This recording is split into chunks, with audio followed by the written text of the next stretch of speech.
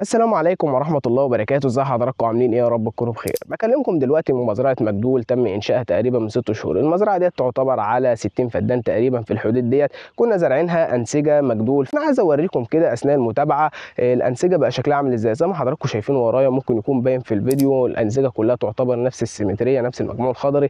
في هنا نسيج بسم الله ما شاء الله اهوت ورايا، كون مجموع خضري كويس، حاجة جميلة جدا. بدأ يطلع الرقبة بتاعته، بدأت تبان بعض الانسجة هنا بدأت تطلع فسايل. مش عارف النسيج ده واضح معاكم ولا لا، بس بسم الله ما شاء الله الانسجه تعتبر هنا خاليه من اي اصابات سواء فطريه او حشريه، زي ما قلت عشان الانسجه بتقاوم الاصابات بشكل كويس.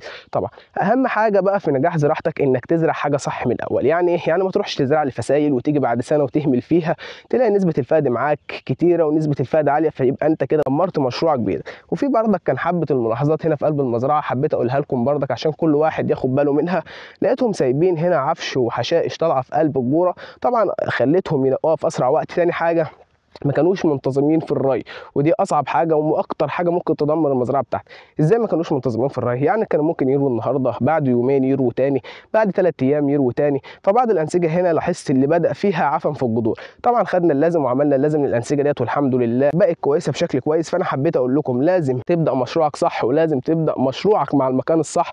واستنوني في فيديوهات جايه كتير. لو حد عنده اي سؤال يقدر يكتبه لي في الكومنتات او يبعت لي على رسائل الصفحه. والسلام عليكم ورحمه الله وبركاته.